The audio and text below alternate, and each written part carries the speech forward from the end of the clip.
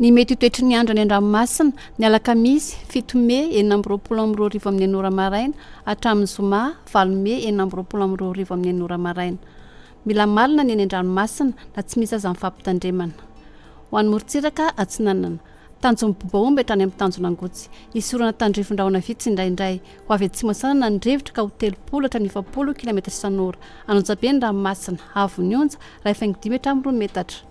Tanjon'angotsy hatramin'ny manoro tombanana isorana tandrifondraona amin'ny maraina ho avy atsinanana atsimo sanana ny rivotra ka ho 10 hatramin'ny 20 km isan'ora adiny mpanonja ny ranomasina amin'ny ankapobeny avony onja anodidina 1 metatra. Mahanoratra ny tôlanaro andraona amin'ny sitokotoko na andraona vitsy ho avy avaratra ny rivotra ka ho 10 hatramin'ny 20 km isan'ora ahatratra 30 km isan'ora any atsimo mivangain-drano adiny mpanonja ny anonjabe ny ranomasina avony onja 1 metatra ahatratra 5 metatra manakaiky ny morontsiraka tôlanaro.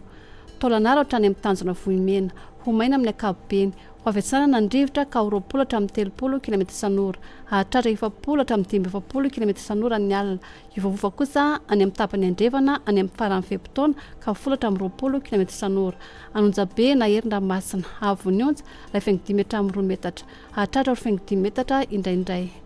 Ho an'ny morontsiraka andrevana tanjony vohimena hatrany amin'ny tanjona kapoha ho maina amin'ny ankapobeny ho avy atsimo sanana ny rivotra ka ho 10 hatramin'ny 20 km isan'ora ho avy andrefana kosa izany ny atoandro ka ho 10 hatramin'ny 20 km isan'ora adiny mpanonja ny anonjabe ny ranomasina avony onja anodidina 1 metatra.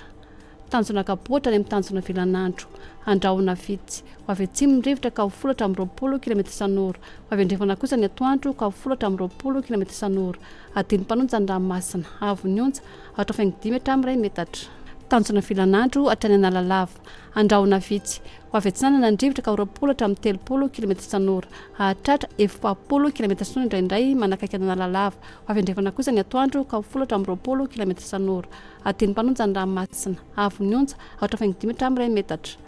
Analalava hatrany amin'ny tanjona bombaomby tombana isorana tandrifondraona manakaiky ny nosy be amin'ny farany fepitaona ho avy atsimo sanana amin'ny ankapobeny rivotra eo anelanelan'ny nosy be sy ny tanjona ka ho 30 hatramin'ny 20 km isan'ora ivovova ny anakafa ka ho 10 hatramin'ny 20 km isan'ora ho tonona adiny mpanonja ny ranomasina avony onja 1 metatra manakaiky ny tanjona bombaomby ho latsaka letra 5 metatra kosa ny anakafa.